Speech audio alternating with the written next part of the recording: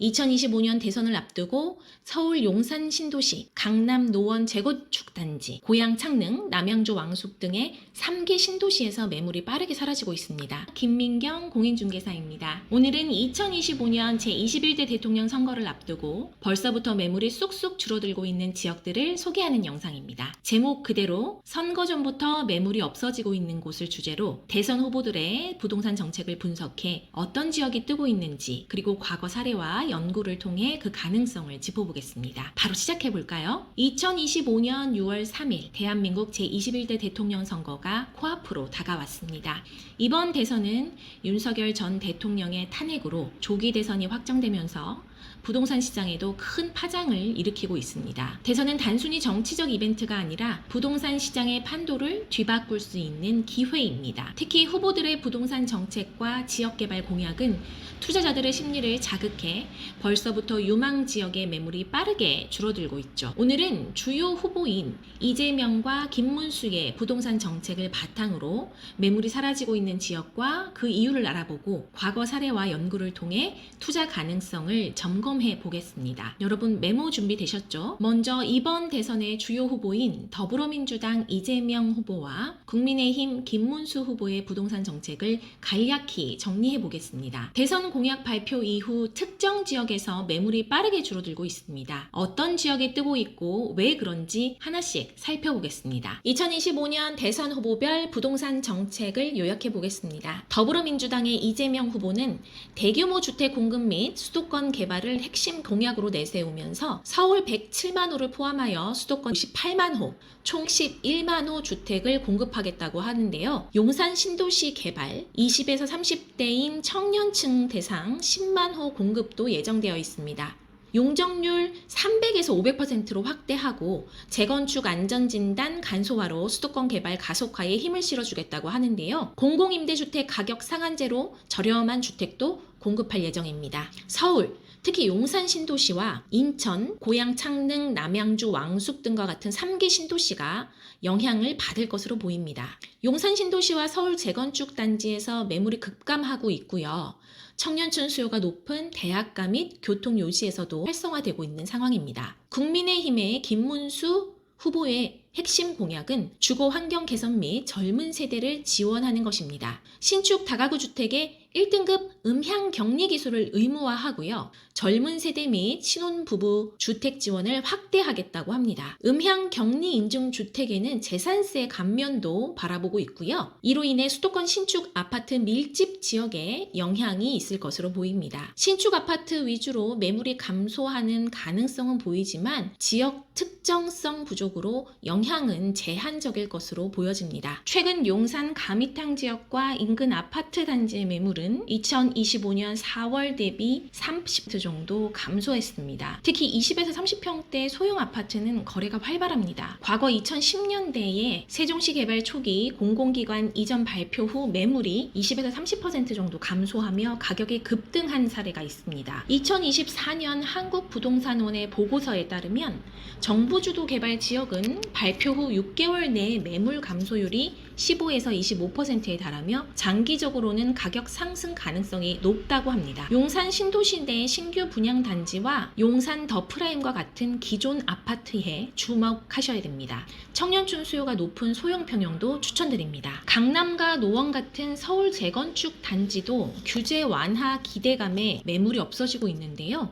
이재명 후보의 재건축 안전진단 간소화와 용적률 확대 공약으로 강남, 노원 등 오래된 아파트 단지의 재건축 기대감이 커지고 있습니다. 집주인들이 매물을 거둬들이며 가격 상승을 기다리는 상황입니다. 강남구 반포동과 노원구 상계동 재건축 단지의 매물은 2025년 3월 대비 25% 정도 감소했고요. 특히 반포 아크로리버파크는 매물이 거의 없어 거래가 뜸합니다. 과거 2008년도에서 2013년도 이명박 정부의 재건축 규제 완화로 강남 반포동 아파트 매물이 20% 감소한 적이 있는데요. 당시의 가격은 3.3제곱미터당 2천만 원에서 2,400만 원으로 상승했었습니다. 2023년 한국지방세연구원의 논문에 따르면 재건축 규제 완화 시 매물 감소 후 단기적으로 15% 정도 가격 상승 가능성을 언급했습니다. 강남 반포동, 노원 상계동의 재건축 예정 단지에 주목해보세요. 단기 가격 상승 가능성이 높습니다. 수도권 3기 신도시인 고양 창릉과 남양주 왕숙은 교통과 인프라를 기대해 볼 수 있습니다. 이재명 후보의 수도권 58만 호 공급 계획은 3기 신도시 고양 창릉, 남양주 왕숙 등을 중심으로 진행됩니다. GTX 연장선과 연계된 교통 인프라 개선 기대감으로 투자자들이 몰리면서 매물이 감소하고 있습니다. 남양주 왕숙의 경우 2025년 5월 기준 매물이 전년 대비 20% 감소했습니다. 고양 창릉도 신규 분양 발표 후 매물 감소세가 뚜렷하고요. 과거 1990년대 분당, 일산 신도시 개발 초기 매물이 15에서 20% 정도 감소하며 가격이 장기적으로 상승했던 사례가 있습니다. 2023년 KDI 논문에 따르면 GTX 연선 지역에서 교통 인프라 개선으로 매물 감소와 함께 주택 거래량이 15% 증가한다고 분석했습니다. 고양 창릉, 남양주 왕숙의 GTX 역세권 아파트와 신규 분양 단지를 주목해 보세요. 장기 투자가 유망합니다. 지방 대도시인 부산, 대구, 광주를 볼까요? 제한적 기회가 있을 것으로 예상됩니다. 이재명 후보의 공약은 수도권 중심이지만 과거 경기도지사 시절 균형 발전을 강조했던 점을 고려해보면 부산 해운대, 대구 수성구 등 지방 대도시에도 소규모 매물 감소가 관찰됩니다. 김문수 후보의 주거 환경 개선 정책도